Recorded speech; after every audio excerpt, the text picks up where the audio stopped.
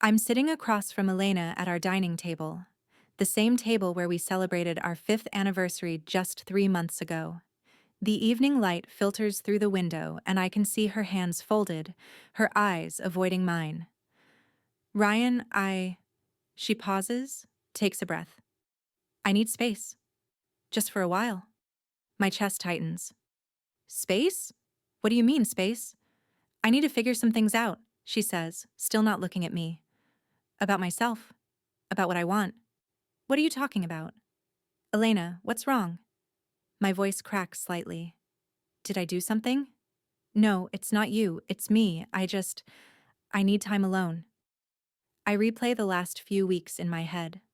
Our weekend brunches, her smile last Tuesday, our plans for summer vacation. I don't understand. Everything seemed fine. I know. I'm sorry. I just need this. Okay? Every instinct screams at me to say no, to demand answers. But I love her. How long? I don't know. A few weeks? Maybe more? Where will you go? My mom's house. I just need to clear my head. I watch her stand up, and my heart sinks. You're leaving now? I think it's better this way. I follow her to our bedroom. She pulls out a suitcase and starts folding clothes. Each item she packs feels like a piece of my heart being torn away. Elena, please, talk to me. We can work through whatever this is. Ryan, I'm not asking for a divorce, just space. Please, just give me this. My phone rings. Marcus. I decline the call. She zips the suitcase and turns to me. For a moment, I think she might change her mind. Instead, she kisses my cheek. It's cold, mechanical. I'll text you, she says. The door closes behind her. The sound echoes through our empty house like thunder. I call Marcus back. Hey man, everything okay? Yeah, I lie. Everything's fine. You sure? You sound weird. Elena she needed to go visit her mom. Last minute thing. There's a pause. Okay, call me if you need anything. I hang up and stare at the closed door. What just happened? I wake up reaching for Elena. Cold sheets. Right. She's gone. It's been 5 days and I still can't get used to the silence. I drag myself to work, but I'm useless. The community center blueprints blur in front of me. My phone rings. Sarah. Hey, little sister. Ryan, how are you holding up? I'm fine. She just needs time. Ryan, this doesn't make sense. Happy people don't just ask for space out of nowhere. Maybe I was working too much. Maybe I wasn't paying attention. Stop. Don't make excuses for her.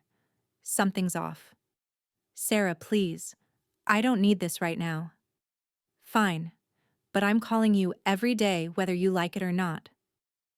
Thursday evening, Marcus shows up with pizza and beer. Figured you could use some company, he says, but he won't meet my eyes. We sit in the living room. The silence feels heavy. She'll come back, Marcus says finally. Just give her time. There's something in his voice, something strained. Do you know something I don't? What? No, I just mean, space doesn't mean over, right? I want to believe him. The next day at work, Mr. Caldwell pulls me into his office. Son, you've been distracted all week. What's going on? I tell him about Elena, the space, the confusion. He leans back in his chair. Sometimes, Ryan, the hardest part isn't losing someone. It's realizing they were already gone long before they left. His words hit me harder than I expect. That evening, I get a text from Elena. I'm fine, just need more time. No, I miss you. No, I love you. Just a status update. I'm cleaning the kitchen when I find a receipt. A restaurant downtown. Date from 2 weeks ago. I was working late that night. She said she ate at home. Then I noticed the new perfume bottle in the bathroom. One she never wore around me. Small things. Inconsistencies. Why am I only noticing them now? I'm at Sarah's apartment for dinner when her doorbell rings. She opens it, and Diane, Elena's sister, is standing there looking like she hasn't slept in days. Diane? What are you doing here? I ask. She looks at Sarah, then at me. Ryan, I can't do this anymore. Can't do what? I can't watch you suffer while I keep quiet. Tears stream down her face. Elena's not at Mom's house. She hasn't been. The room tilts. What? I promised her I wouldn't say anything. But this is wrong. You deserve better than lies. Where is she, Diane? She shakes her head. I can't. I promised. But please, Ryan, don't wait for her. She leaves before I can push further. That night, I can't sleep. I stare at the ceiling, my mind racing. If she's not at her mom's, where is she? The next morning, I do something I've never done. I log into our phone account and check the call logs. My hands shake as I scroll. One number appears over and over. Dozens of calls. Some lasting over an hour. Late-night calls. I don't recognize the number. I dial it before I can stop myself. Trevor speaking. I hang up immediately. My heart pounds so hard I think I might pass out. Who the hell is Trevor? At work, I'm a zombie. Mr. Caldwell finds me staring blankly at my computer. Son, whatever you're going through, don't let it consume you. Seek truth, but protect your peace. That afternoon, I call Sarah. Can you give me Dr. Patel's number? I need to talk to someone. I'm proud of you, she says softly. Dr. Patel's office is calm. Plants everywhere. Soft lighting. Tell me what's happening, Ryan. I tell her everything. The space request. Diane's revelation. The phone number. What do you think is happening? She asks gently. I force myself to say it. I think Elena's having an affair. The words taste like poison. And how does that make you feel? Like I'm drowning. Seeking truth isn't about revenge. Ryan, it's about honoring yourself. I hire a private investigator that afternoon. I hate myself for it, but I need to know. 2 days later, I run into Jessica at the grocery store, Elena's best friend. She looks startled to see me. Hey, Jessica, how are you? Ryan, hi, I'm good. How's Elena? Her face goes pale. She's okay, I think. You think? Ryan, She looks around nervously. I told her this was wrong. I told her. My stomach drops. Trevor? Her eyes go wide. She nods slightly, then practically runs away. I stand in the cereal aisle, frozen. Shoppers pass by me like I'm invisible. That evening, Marcus shows up unannounced. He looks terrible. I need to tell you something, he says immediately. I've known for 6 weeks. Known what? About Trevor. Elena's colleague. I saw them together at a cafe downtown. I confronted her, told her to tell you, or I would. He's talking fast, words tumbling out. She begged me for time, said she was confused, that she'd end it. I believed her. God, Ryan, I'm so sorry. 6 weeks, I repeat, even before she asked for space. I thought I was giving her a chance to do the right thing. I was wrong. I'm so sorry. I should be angry, but I'm too tired. You should have told me. I know. The email from the private investigator arrives at 9 a.m. I stare at the attachment for 10 minutes before I can click it. Photographs. Elena and Trevor at restaurants, holding hands in a park, entering an apartment building together. Timestamps. The apartment is his.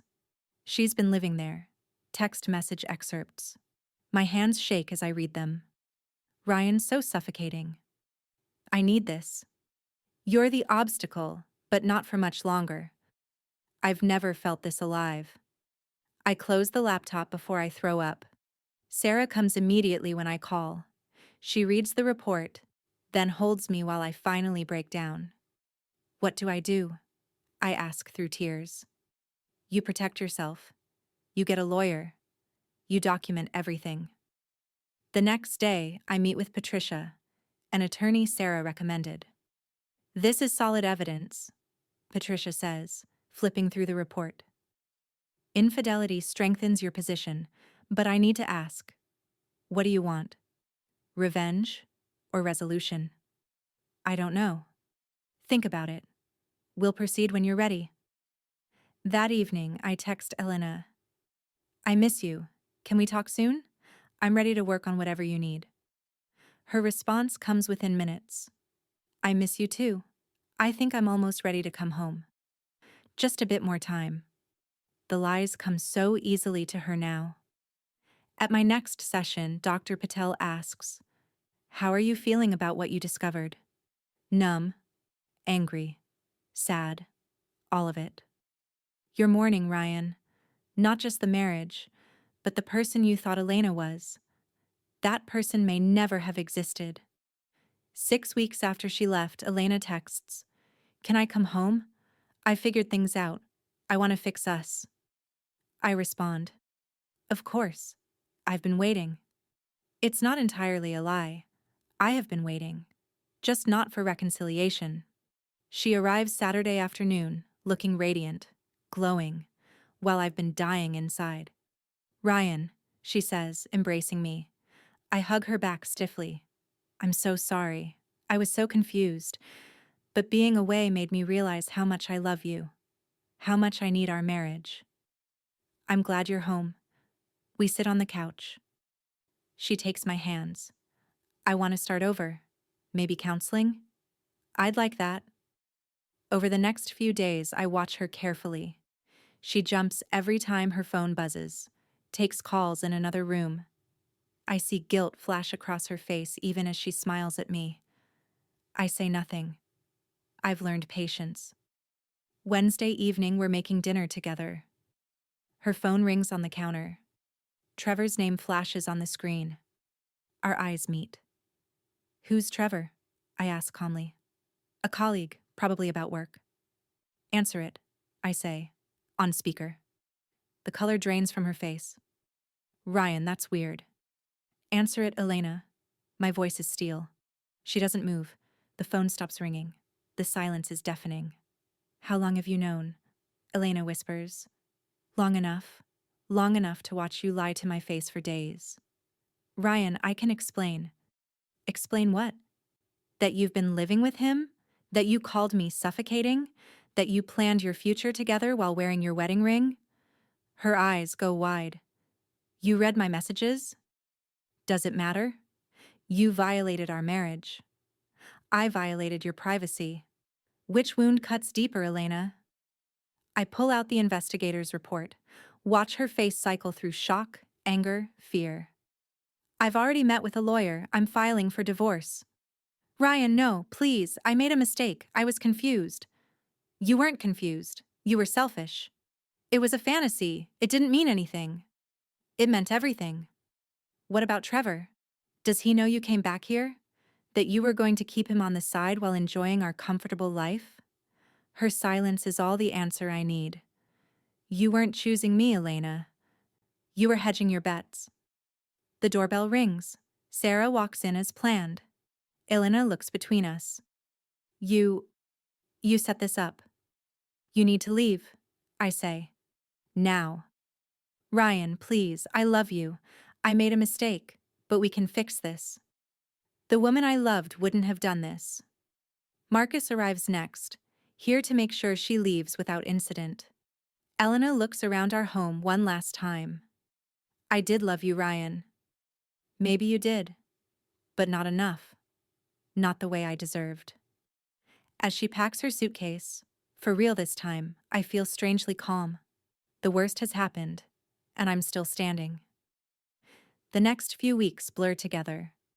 Legal proceedings. Patricia is ruthless. The evidence of infidelity strengthens everything. Elena tries calling. I don't answer. Through Nathan, Marcus's younger brother, I hear that Elena and Trevor's relationship imploded. Without the secrecy, they had nothing. Trevor wasn't interested in commitment, just the thrill. Elena moved back with her parents. Diane calls to apologize. I should have told you sooner. I'm sorry. You were in an impossible position. I forgive you. Mr. Caldwell takes me to lunch. You handled this with dignity. Many men would have sought petty revenge. You sought truth. That's strength. Sarah throws me a freedom party. My closest friends gather. Marcus promises never to keep secrets again. You thought you were protecting me, I tell him. I get it. But never again. Never again, he agrees. Dr. Patel helps me understand that healing isn't linear. Some days I'm angry. Some days I'm sad. Some days I'm relieved. All of it is valid, she says. I pour myself into work. The community center project wins an award.